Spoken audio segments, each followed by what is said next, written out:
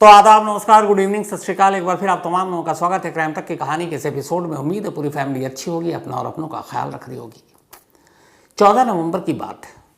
गुजरात में सूरत के करीब एक डिस्ट्रिक्ट है वलसाड, और इसी वलसाड डिस्ट्रिक्ट के अंदर एक रेलवे स्टेशन है। इस रेलवे स्टेशन का नाम है उदवाड़ा। शाम का वक्त था, तारीख 14 नवंबर। एक सेकेंड ईयर की स्टूडेंट, 19 साल की एक लड़की, वो ट्यूशन ख़त्म करने के बाद अपने घर लौट रही थी। इत्तेफाक से जो ट्यूशन सेंटर था, वहाँ से उसका घर रेलवे ट्रैक को क्रॉस करना होता था और एक रेलवे फाटक को, और ये उदवाड़ा रेलवे स्टेशन के करीब ही उसका घर था, मुश्किल से 200 मीटर दूर। तो अक्सर वही रूट होता। वो ट्यूशन अपना कोचिंग सेंटर से निकलती, रेलवे ट्रैक क्रॉस करती और फिर रेलवे फाटक से गुजर कर अपने घर पहुँचती। लेकिन स्टेशन से 100 मीटर दूर का एक हिस्सा ऐसा था, एक चंक, जहाँ थोड़ा सन्नाटा होता, पेड़ वेड़ हुआ थे वहाँ पे। तो 14 नवंबर की शाम भी वो लड़की कोचिंग सेंटर से निकलती और अपने घर जा रही होती है, लेकिन वक्त हो गया, वो घर नहीं पहुँची। अब रूटीन था कि इतने वक्त तक घर आ जाती है, 5-10 मिनट, आधा घंटा, 1 घंटा ऊपर नीचे, लेकिन 2-3 घंटे हो गए, वो लड़की घर नहीं पहुँची। घर वालों को फिक्र हुई, पर घर वालों को ये भी पता था कि उसके घर से कोचिंग सेंटर का रूट क्या है, किस रूट से आती है और वो जाती है। तो पूरा घर अब घर से निकलता है और उस रूट को फॉलो करते हुए, जिस रूट से वो कोचिंग सेंटर से आती है और जाती है, अब उस पर एक एक लोग एक एक चीज़ को ढूंढते हुए, देखते हुए आगे बढ़ रहे हैं। जैसे ही वे इस उदवाड़ा रेलवे स्टेशन से 100 मीटर पहले पहुंचते हैं, रेलवे ट्रैक के किनारे एक सुनसान जगह पर उन्हें एक लड़की ज़मीन पर लेटी नजर आती है। पास जाकर देखते हैं तो उनकी अपनी बेटी थी। जिस तरीके से वो लाश, क्योंकि वो तब तक मर चुकी थी, ज़मीन पर थी, पहली नज़र में देखकर ये हो चुका था कि उसके साथ ज़बरदस्ती की गई है, क्योंकि कपड़े जिस्म पर नहीं थे और लड़की दम तोड़ चुकी थी। देखकर घर वाले बदहवास चीखने चिल्लाने लगे। तब तक आसपास में जो गुजर रहे थे लोग पहुँचे, रेलवे पुलिस फोर्स पहुँची। इसके बाद पुलिस को खबर दी गई, पुलिस मौके पर पहुंची। पुलिस ने आकर तफ्तीश करनी शुरू की। लाश के पास से उस लड़की के बैग मिले जिसमें किताबें थी, और साथ में वहीं करीब 2 और चीज़ें मिली, एक वाइट स्वेट शर्ट और एक बैकपैक, जो पीठ पर बांधते हैं, पिट्ठू बैग भी जिसे कहते हैं। अब घर वालों ने बताया कि न ये वाइट स्वेट शर्ट उस लड़की का है और ना ही ये बैग। अब पुलिस वालों ने उस बैग को खोलना शुरू किया। जब खोला तो उसके अंदर 3 जर्सी, 2 हाफ पैंट और एक मोबाइल का चार्जर मिला। इन कपड़ों को देखकर और इस बैग को देखकर ये अंदाज़ा लगाना बड़ा आसान हो गया कि जिसका भी बैग है या जो भी ये कातिल और रेपिस्ट है, वो इस शहर का नहीं है, कहीं बाहर का है, क्योंकि वो ट्रैवल कर रहा है और ट्रेन से ही आया है और ट्रेन से ही शायद निकला हो। अब इसी के फ़ौरन बाद पुलिस उसी उदवाड़ा पुलिस स्टेशन की तरफ एक टीम भगाती है कि वहाँ CCTV कैमरा देखो, वहाँ दिख जाएगा। लेकिन पहला धक्का तब लगता है जब पता चलता है कि उस उदवाड़ा रेलवे स्टेशन पर एक भी CCTV कैमरा लगा ही नहीं है। अब पुलिस को बड़ी मायूसी होती है, लेकिन उस बैग और कपड़ों को देखकर ये साफ लग रहा था कि वो एक मुसाफिर है जो सफ़र पर निकला है। अब CCTV कैमरा है नहीं, पुलिस क्या करे? इधर लाश को उठाकर पोस्टमार्टम के लिए भेज दिया जाता सूरत के डिस्ट्रिक्ट अस्पताल में। वहाँ से रिपोर्ट आती है, पता चलता है कि मौत से पहले या कत्ल से पहले उसके साथ ज़बरदस्ती की गई थी। अब पुलिस इधर कातिल की तलाश में, CCTV कैमरा है नहीं, एक बैकपैक और एक स्वेट शर्ट, उसके ज़रिए अब कातिल तक पहुंचना है। काम इतना आसान नहीं। तभी पुलिस ने तय किया कि चलो इस स्टेशन पर CCTV कैमरा नहीं है, इसके आगे पीछे के स्टेशन को खंगालते हैं। आनन फानन में कई पुलिस की टीम लगाई गई। ये हुआ कि उस उदवाड़ा पुलिस जो रेलवे स्टेशन है, इससे पहले का स्टेशन, इसके आगे के स्टेशन पर जाओ, कहीं तो CCTV कैमरा दिखेगा। कोशिश रंग लाई। उदवाड़ा रेलवे स्टेशन से एक स्टेशन पहले उस स्टेशन पर CCTV कैमरा लगा हुआ था। जब उस कैमरे को चेक किया गया और टाइमिंग देखी गई तो एक शख्स कैमरे में नजर आया। अब वो शख्स, उसका चेहरा तो पुलिस को मालूम नहीं, लेकिन उस तस्वीर को देखकर पुलिस इसलिए चौंकी कि उसने सेम वही वाइट स्वेट शर्ट पहन रखी थी और उसके पीठ पर वही बैकपैक था, ब्लैक रंग का, काले रंग का।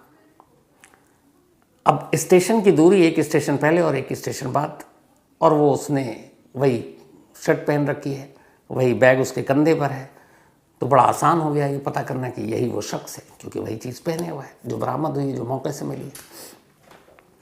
अब पुलिस सीसीटीवी जो कैमरा है, वो कैमरा भी मैं आपको दिखाऊंगा, जो आप देखेंगे उसमें वो थोड़ा सा लंगड़ा कर चल रहा है, उसका शायद बायां पैर ठीक नहीं है। अब ये तस्वीर आई, पुलिस की जान में जान आई, पुलिस ने कहा कि अब इसको ढूंढते हैं। अब ढूंढना शुरू किया गया, बाकी स्टेशन को, रेलवे पुलिस को खबर दी गई है। गुजरात पुलिस ने जो है 10 टीमें बनाई और उसने कहा कि यहाँ से लेकर हर रूट पे स्टेशन जितने पड़ते हैं जाओ, ताकि पता चले कहाँ उतरा कहाँ चढ़ा। इधर कोशिश चल रही है, दिन बीतते जा रहे हैं। लास्ट में पता चला कि उसको वापी स्टेशन पर देखा गया। वापी स्टेशन पर फिर उसको दिखा कि वो एक मुंबई बांद्रा जाने वाली ट्रेन में बोर्ड हो रहा है। तो अब उससे ये हुआ कि ये मुंबई बांद्रा की तरफ गया है। अब पुलिस की टीम मुंबई बांद्रा पहुंची, लेकिन ये सारी तस्वीरें तब देखी जा रही हैं जब ऑलरेडी वक्त निकल चुका है, तो इसलिए ये कि चलती ट्रेन में पहुंचकर पकड़ लें, ये मुमकिन था नहीं। लेकिन उसका लोकेशन पता चल रहा था। तो अब वो वलसाड के उदवाड़ा से वापी, वापी से बांद्रा, मुंबई पहुंच गया। ये सीसीटीवी कैमरे में कैद, लेकिन इसके आगे फिर वो गायब। अब ना कोई सीसीटीवी कैमरा, ना वो कातिल उसके किसी कैमरे में कैद। अब क्या किया जाए? ये पहला मामला होगा जिसमें एक दिव्यांग सीरियल किलर है। और इसी पे मुझे याद आया कि हमारे ही देश में बिहार का एक छोटा सा बच्चा, जिसकी गिनती सबसे यंगेस्ट सीरियल किलर में होती है, तो Bihar world's youngest serial killer, ये पूरी कहानी उस यंगेस्ट सीरियल किलर की कुकू एफएम के ऑडियो शो में मौजूद है। आप वहां जाकर ये सुन सकते हैं, Bihar world's youngest serial killer. अगर आपको भी क्राइम स्टोरीज में खो जाना है तो आपके लिए एक ज़बरदस्त मौका है। रिसेंटली कुकू एफएम पर कुछ amazing crime audio books I हैं और यकीन मानिए ये बहुत ही ग्रिपिंग है। चाहे आपको डिटेक्टिव मिस्ट्रीज, ट्रू क्राइम या थ्रिलर पसंद हो, कुकू एफएम पर सब कुछ मिलता है। अब यहाँ पर सबसे खास बात कि कुकू एफएम आपके लिए एक स्पेशल 14 डेज फ्री ट्रायल लेकर आया है। लेकिन ध्यान रहे, ये ऑफर सिर्फ पहले 500 लोगों के लिए अवेलेबल है। तो अगर आप इन थ्रिलिंग कहानियों में डूबना चाहते हैं तो देरी मत कीजिए, मेरे डिस्क्रिप्शन में दिए गए लिंक पर क्लिक करें, कूपन कोड CMTK14 का यूज़ करें और आज ही अपने फ्री ट्रायल शुरू करें। सोचिए, आप 14 दिनों तक जितनी चाहें उतनी क्राइम ऑडियो बुक सुन सकते हैं, वो भी बिल्कुल फ्री। यह आपके कम्यूट, वर्कआउट या फिर एक शांत शाम को और भी एक्साइटिंग बनाने का परफेक्ट तरीका है। लेकिन याद रहे, वक्त तेज़ी से निकल रहा है और एक बार जब फ्री ट्रायल स्लॉट्स खत्म हो जाएंगे तो फिर यह मौका हाथ से निकल जाएगा। तो इस औसम मौके को मिस मत करें, अभी अपने फ्री ट्रायल लें और क्राइम की बेस्ट स्टोरीज सुनना शुरू करें। After 14 days the subscription plan will be activated. इधर गुजरात पुलिस ने अब दूसरी कोशिश की कि किसी और तरीके से उसके बारे में और जानकारी जुटाएं। सबसे पहले गुजरात की जितनी भी अलग अलग जेलें हैं, उन सारे जेलों में इस सीसीटीवी कैमरे का जो ग्रैब उसका चेहरा था, उसको तस्वीर, उसकी प्रिंट आउट निकाली और गुजरात के हर जेल के डेटाबेस से ये पता किया कि क्या इस शक्ल का कोई कैदी हाल में जेल में था, जेल से रिहा हुआ, कोई रिकॉर्ड। लेकिन अफसोस कि पूरे गुजरात की जेल से उसकी तस्वीर मैच नहीं हुई। अब यहाँ भी नाकामी, हाथ खाली, दिन बीत रहे हैं। तब पुलिस ने फिर नेशनल डेटाबेस, देश भर के अलग अलग स्टेट्स की जेलों के निकालने का फैसला किया। अब उसने हर एक स्टेट को भेजी ये तस्वीर कि भाई देखकर बताएं आपके किसी जेल में कभी कोई ऐसा कैदी रहा। अलग अलग स्टेट होते होते हर तरफ से नाकामी मिल रही, लेकिन तभी एक कामयाबी मिली। राजस्थान की जोधपुर जेल में कैदी का चेहरा उस चेहरे से बिल्कुल मैच कर गया। पता चला कि इसी साल मई में वो वहाँ से बेल आउट हुआ है और उसके ऊपर मामला था ट्रक चोरी का। अब जब मैच किया तो फिर जेल से रिकॉर्ड मिले उसके कि भाई क्या है। तब पता चला कि उसका नाम राहुल जट है और ये हरियाणा के रोहतक का रहने वाला है। अब पुलिस रोहतक पहुंची इस उम्मीद पे कि वहाँ वो मिलेगा, लेकिन वहाँ फिर नाउम्मीदी हाथ लगी। मालूम हुआ कि राहुल को उसके माँ और भाई ने बहुत पहले घर से निकाल दिया, क्योंकि वो एक बैड कैरेक्टर था, गुंडागर्दी करता था, चोरी के इल्ज़ाम थे, कई बार जेल गया, तो पड़ोसी ताना मारते थे। तो उन्होंने अपने उस बेटे को एक तरह से तिलांजलि दे दी और उसे बेदखल कर दिया। और उसके बाद से वो कभी पलट कर आया नहीं, तो घर वालों को उसका पता नहीं। अब नाम तो मिल गया लेकिन पता नहीं मिल रहा है। फिर भी पुलिस की कोशिश जारी, तमाम तरीके से उसका पता लगाने की कोशिश की जा रही है। तमाम मुखबिरों का जाल फैला दिया गया है। और उधर मुंबई के उस बांद्रा पर भी नज़र है जहाँ आखिरी बार वो कैमरे में कैद हुआ था। वक्त बीतता जा रहा है। 10 दिन बीत गए। 14 नवंबर को उस लड़की की लाश मिली थी। अब 24 नवंबर की तारीख आ गई। अचानक वलसाड के पुलिस चीफ अपने दफ्तर में थे, तभी एक फ़ोन की घंटी बजी। सामने उनका एक मुखबिर था जो बांद्रा रेलवे स्टेशन पर एक हॉकर का काम करता था। तो रेलवे स्टेशन पर दुकानें और बेचते हैं चीज़ें, उनको हॉकर कहते हैं। तो उसका फ़ोन आया और उसकी वजह ये थी कि वलसाड पुलिस ने गुजरात से लेकर मुंबई तक के जितने भी रेलवे स्टेशन थे उन सबको वो उस राहुल नाम के कातिल की तस्वीर दे दी थी, जो ग्रैब सीसीटीवी कैमरे से मिला था कि अगर ये दिखे स्टेशन पर तो पुलिस को खबर करें। तो बांद्रा रेलवे स्टेशन के हॉकरों के पास भी और रेलवे पुलिस के पास भी वो तस्वीर थी। तभी एक हॉकर ने फ़ोन किया, उस पुलिस चीफ का नंबर था। उसने बताया, साहब मैंने अभी अभी उस शख्स को देखा जिसकी आपने तस्वीर दी है और वो वैसे ही लंगड़ा कर चल रहा है और वो बांद्रा से भुज जाने वाली एक ट्रेन में बैठा है। अब इतनी इन्फॉर्मेशन काफ़ी थी, लेकिन जब तक उसने इन्फॉर्मेशन दी ट्रेन बांद्रा से निकल गई। आरपीएफ को अलर्ट किया गया। उसके बाद इधर पुलिस की टीम लगा दी गई। एक टीम ऑलरेडी पहले से ही वापी में मौजूद थी। अब ये ट्रेन वापी से होकर गुजरनी थी। वापी के पुलिस टीम को अलर्ट किया गया और कहा गया कि वहाँ उस ट्रेन के एक डब्बे में वो सस्पेक्टेड है, वो जो सस्पेक्ट है वो मिलेगा। वापी में जैसी ट्रेन रुकी, पुलिस वाले धड़धड़ा कर अंदर दाखिल हुए सादी वर्दी में और उन्हें ज़्यादा मशक्क़त नहीं करनी पड़ी। एक सीट पर बैठा हुआ वो कातिल मिल गया जिसकी तलाश में पिछले 10 दिनों से उन्होंने 5000 सीसीटीवी कैमरे, पुलिस की 10 टीमें, देश भर की जेलें, 4-4 राज्यों की पुलिस से कांटेक्ट किया और अब वो उनके सामने था। अब वलसाड पुलिस राहुल को साथ लेकर वापस आती है और पूछताछ शुरू होती है और अब पुलिस को यही लग रहा है कि चलो एक रेप एंड मर्डर का केस सुलझा दिया। राहुल से पूछताछ शुरू होती है, लेकिन जैसे ही पूछताछ शुरू होती है और राहुल अपनी कहानी बताना शुरू करता है, कहानी ख़त्म होते होते पुलिस को एहसास हो चुका था कि उन्होंने जिस शख्स को पकड़ा है वो एक रेप और मर्डर का क्रिमिनल नहीं है। उन्होंने किसी कातिल को नहीं पकड़ा है, बल्कि एक सीरियल किलर को पकड़ा है। एक ऐसा सीरियल किलर जिसने कुल 5 कत्ल किए और वो भी सिर्फ 1 महीने के अंदर। पुलिस वाले उसकी कहानी सुनकर हैरान रह गए। पहले उसने अपनी पूरी कहानी सुनाई और सबसे पहले उसकी कहानी सुनाई जहाँ से इस केस की शुरुआत हुई, यानी 14 नवंबर सेकेंड ईयर स्टूडेंट जो वलसाड के इसी उदवाड़ा रेलवे स्टेशन के करीब जिसकी लाश मिली थी। उसने बताया कि 14 नवंबर को वो वलसाड आया था।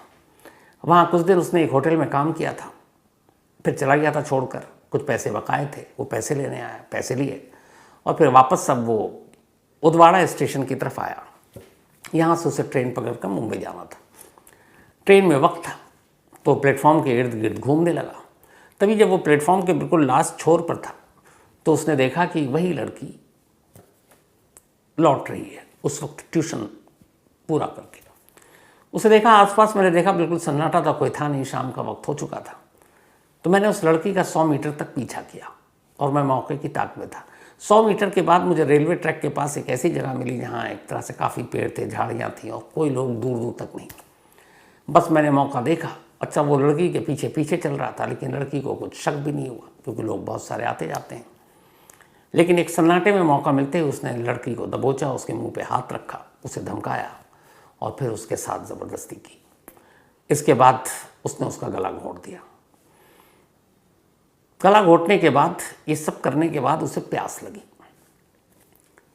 वो अपना स्वेट शर्ट उतार चुका था इस ज़बरदस्ती करने के दौरान में और उसका बैग पैक वहीं रखा हुआ था।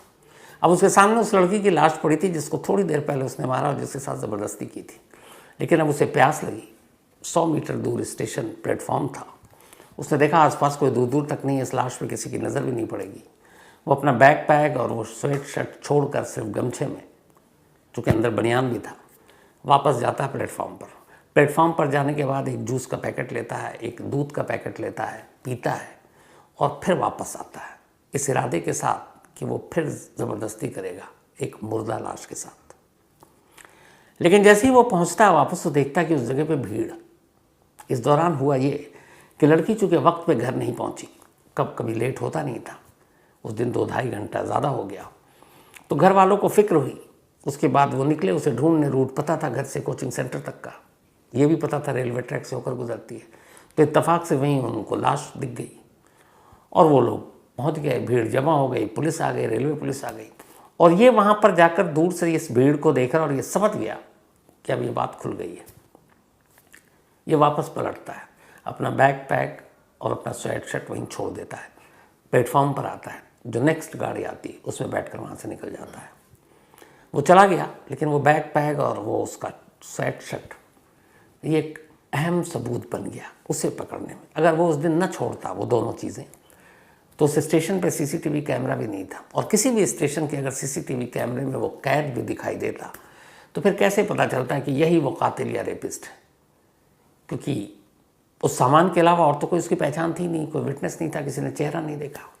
तो इसीलिए वो उसका बैग पैक और एक स्वेट शर्ट जो एक दूसरे स्टेशन पर वही चीज़ वो डाले हुए कंधे पर और पहने हुए दिखाई दिया, तो इससे ये पहचान हुई कि यही वो शख्स है। तो उसने ये कहानी सुनाई। फिर उसने बताया कि वो वहाँ से वापी गया, वापी से वो मुंबई गया, बांद्रा, और फिर मुंबई से वो हावड़ा पहुँच गया। इसके बाद उसने कहा कि हावड़ा जाने के बाद 14 नवंबर के इस कत्ल के ठीक 5 दिन बाद 19 नवंबर को उसने हावड़ा में एक और महिला का रेप किया और उसका मर्डर किया। वो लाश भी एक ट्रेन के बोगी में मिली। फिर वो वहाँ से निकला और निकलने के बाद वो आंध्रा गया। आंध्र प्रदेश में वो जाकर फिर एक रेलवे स्टेशन पर ट्रेन में बैठता है, एक और कोच में एक और महिला को मारता है, उसे लूटता है। इसके बाद फिर वो जाता है सिकंदराबाद रेलवे स्टेशन। वहाँ पर भी एक ट्रेन जो पुणे से कन्याकुमारी आ रही थी, उसमें भी एक महिला के साथ रेप करता है और उसे मार डालता है। उसने कहा कि 20 अक्टूबर को उसने पहला कत्ल रेलवे में किया था, 25 अक्टूबर को दूसरा किया था। इसके बाद फिर गैप आया। 14 नवंबर को उसने इस वलसाड में कॉलेज स्टूडेंट का किया। ये इकलौता कत्ल था उन 5 में जो रेलवे के किसी कोच में, किसी बोगी या डब्बे में नहीं, बाहर किया गया था। और इस कत्ल के ठीक 14 नवंबर था और उसके बाद उसने 19 और फिर 23 2 और कत्ल किए, तो कुल 5 कत्ल किए। अब पुलिस ने उससे पूछा कि ये बताओ तुमने 5 कत्ल किए, क्यों किया? और इस क्यों से भी बड़ा सवाल ये था कि उसने इन 5 में से 4 कत्ल भारतीय रेलवे के उन डब्बों में किया जो दिव्यांग के लिए रिजर्व थे, आरक्षित थे। हमारे यहाँ ट्रेन में ज़्यादातर एक बोगी, एक डब्बा, उसमें दिव्यांग होते हैं, जो किसी हाथ पैर से माजूर होते हैं, उनके लिए होता है। जो उसने हावड़ा में कत्ल किया वो दिव्यांग के लिए रिजर्व बोगी थी। जो उसने आंध्रा में किया वो दिव्यांग के लिए रिजर्व बोगी थी। जो उसने सिकंदराबाद में किया वो भी रिजर्व बोगी थी। इसके अलावा उसने एक और जगह पे जो किया वो भी एक रिजर्व बोगी थी। और ये चारों की चारों महिलाएं भी दिव्यांग थी। अब जब रिजर्व बोगी में जो महिला होगी, जाहिर सी बात वो उन्हीं के लिए होता है जो दिव्यांग है, जो हैंडीकैप्ड है। तो 4 हैंडीकैप्ड, 4 दिव्यांग महिलाओं का कत्ल भारतीय रेल के आरक्षित दिव्यांग के डब्बे में करने के पीछे का मकसद क्या था? पुलिस ने जब उससे सवाल पूछा तो उसने अपनी कहानी सुनाई और उस कहानी में ही उसके सवालों के जवाब थे। राहुल हरियाणा का रहने वाला था, रोहतक ज़िले का। जब ये थोड़ा सा बड़ा हुआ तो इसके फादर की डेथ हो गई। उसके बाद बचपन में इसे पोलियो हो गया था। उस पोलियो की वजह से बायां पैर थोड़ा ख़राब हो गया, ये लंगड़ा कर चलता था। स्कूल में दाखला मिला। स्कूल में बच्चे इसे इसके इस लंगड़ेपन की वजह से चिढ़ाते थे, उसका मजाक उड़ाते थे। धीरे धीरे ये बात उसे बहुत बुरी लगी। फिर थोड़ा थोड़ा कैसे करी करके ये पढ़ता लिखता गया। इसका एक सपना था कि ये बड़ा होकर ट्रक चलाएगा। ट्रक को लेकर ये बड़ा, इसको पसंद था ट्रक, और ट्रक देख के इसको खुशी होती थी। तो उसे लगा था कि ट्रक चलाएंगे। लेकिन चूंकि उसे पोलियो हो चुका था, एक पैर खराब था, तो किसी ने भी उसे ट्रक ड्राइवर की नौकरी नहीं दी। ट्रक ड्राइवर की नौकरी किया, किसी ने उसको ट्रक के करीब नहीं आने दिया। ये बात उसे बहुत चुभ गई। तब उसने पहला जुर्म किया। उसने कहा जिस ट्रक को मैं चलाना चाहता हूँ ये मुझे चलाने नहीं दे रहे। उसने ट्रक की ही चोरी करनी शुरू कर दी। उसने 12 ट्रक चुराए अलग अलग जगहों पर, दिल्ली में, हरियाणा में, राजस्थान में, यूपी में। ट्रक को चुराता, माल को बेच देता, ट्रक कहीं ले जाकर छोड़ देता। और इसी चोरी के चक्कर में वो कई बार पकड़ा गया। जेल गया। अब ट्रक चोरी, जेल जाता है, फिर जमानत पर बाहर आ जाता, तो जेल आना और जाना उसका लगातार लगा रहा। आखिरी बार वो जोधपुर की जेल में बंद था जब ट्रक चोरी के ही मामले में, और इसी साल मई में उसको बेल मिल गई। घर वालों ने वैसे ही निकाल दिया था। वो बाहर आया। बाहर आने के बाद इतनी बार जेल जा चुका था कि अंदर बहुत सारे कैदियों से भी मिल चुका था। वो एक तरह का पेशेवर अपराधी हो चुका था। बाहर आने के बाद उसे फिर वो बचपन की चीज़ें उसके दिमाग में घूमती रहती थी कि मैं एक विकलांग हूँ, मेरा एक पैर ठीक नहीं है, बच्चे हंसते हैं। आज भी उसे लगता था कि लोग देखकर हंसते होंगे मुझे। ये चीज़ें उसके अंदर इतना घर कर गई कि फिर उसे एक चिढ़ हो गई। और उसके बाद उसने पहली बार देखा कि दिव्यांग कोटे का जो की बॉगी होती है उसमें बहुत ज़्यादा भीड़ नहीं होती है, कई बार तो एक ही होती हैं। तो वो चूँकि खुद एक दिव्यांग था तो वो उसी कोच में चढ़ जाता, और जहाँ उसको महिला दिखती पहली बार 20 अक्टूबर को, उसने अपनी पूरी खुन्नस, खुंदक, गुस्सा उस महिला पर उतारा, उसके साथ रेप किया और उसे मार डाला। उसके बाद वो निकल गया तो उसे लगा कि ये तो बड़ा आसान है, पकड़ा भी नहीं गया। तो वो एक स्टेट से दूसरे स्टेट पहुंचता, कभी एक स्टेट में अपने क्राइम को रिपीट नहीं करता, और वो इसी तरीके से अलग अलग स्टेट में जाके क्राइम करने लगा। 14 नवंबर को जब उसने वलसाड गुजरात में ये किया, यह पहला इंसिडेंट था जो उसने रेलवे की बॉगी के बाहर रेलवे ट्रैक के किनारे किया था, और इसी वजह से वो पकड़ा भी गया, क्योंकि अगर उसका बैग और वो स्वेट शर्ट ना होता तो शायद पकड़ा भी नहीं जाता। 4 कत्ल और रेप उसने ट्रेन की डॉबी में, जो रिजर्व बॉगी थी हैंडीकैप्ड के लिए, उसके अंदर किया। कभी किसी को शक नहीं हुआ। अलग अलग पुलिस अलग अलग तरीके से मामले की जांच करती रही, लेकिन पहली बार ट्रेन के बाहर निकला और उसने ये क्राइम किया और उसके बाद वो पकड़ा गया। तो अभी 24 नवंबर को वो पकड़ा गया। अब पुलिस उससे पूछताछ कर रही है, और असल में अब भी पुलिस ये जानने की कोशिश कर रही है कि ये खुद दिव्यांग शख्स अपनी जैसी महिलाओं को, वो भी भारतीय ट्रेन में, चलती ट्रेन के अंदर, उनका रेप और मर्डर क्यों कर रहा था। शायद अब भी इस सवाल का सही जवाब पुलिस को नहीं मिला। उम्मीद ये है कि अभी उसकी पुलिस कस्टडी मिली हुई है, तो पुलिस कस्टडी खत्म होते होते इन सवालों के जवाब सामने आ जाए।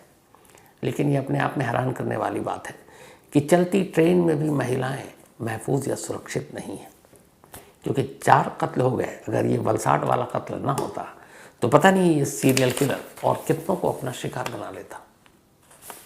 लेकिन शुक्र है वक्त रहते ये पकड़ा गया। तो ये थी आज की कहानी ख़त्म करूँ उससे पहले वही अपना सिलसिला। आज गरिमा पवार, इनका बर्थडे है। हैप्पी बर्थडे गरिमा जी। और ये भेजा है उषा किरण एंड महिमा ने। साथ ही प्रत्यूष पारीक का भी आज बर्थडे है, तो हैप्पी बर्थडे प्रत्यूष। और ये भेजा है व्योमा प्रधान ने, और व्योमा जी ने कहा है प्रत्यूष को पायलट बनना है, तो ऑल द बेस्ट प्रत्यूष, खूब मेहनत करो, पायलट बनो। रूप सिंह, इनका भी जन्मदिन, तो हैप्पी बर्थडे रूप जी। और ये भेजा है धनंजय ने। साथ ही अनामिका सिंह, इनका भी बर्थडे, हैप्पी बर्थडे अनामिका, भेजा मोहित सिंह ने। मोहम्मद सिराज का भी birthday, happy birthday Mohammed Siraj, Gufran ने भेजा है। इसके अलावा अनिल बिश्नोई का भी बर्थडे है, तो हैप्पी बर्थडे अनिल, भेजा है करण बिश्नोई ने। साथ ही आज शालिनी जी की मैरिज एनिवर्सरी है, और भाई कमाल कर दिया, आदित्य कुमार ने ये भेजा है मेल। इन्होंने कहा कि दीदी का बर्थडे है, जीजा जी या जो भी है, शायद रिश्ता में थोड़ा कन्फ्यूज़न हो, लेकिन इन्होंने नाम ही नहीं लिखा उनके पति का। तो शालिनी जी, कोई बात नहीं, आपको और आपके पति दोनों को happy marriage anniversary. Madhu and Sharad, इन दोनों की भी आज मैरिज एनिवर्सरी है, तो मधु जी और शरद जी, आप दोनों को बहुत बहुत बधाई। भेजा है दुग्गू एंड ईशा ने। लक्ष्मी शर्मा जी एंड यूवी शर्मा जी, इन दोनों की भी आज मैरिज एनिवर्सरी है, तो लक्ष्मी जी एंड यूवी जी, आप दोनों को बहुत बहुत मुबारक बधाई। भेजा है ईशान, अयान, विशाल, नेहा और श्वेता गौड़ ने।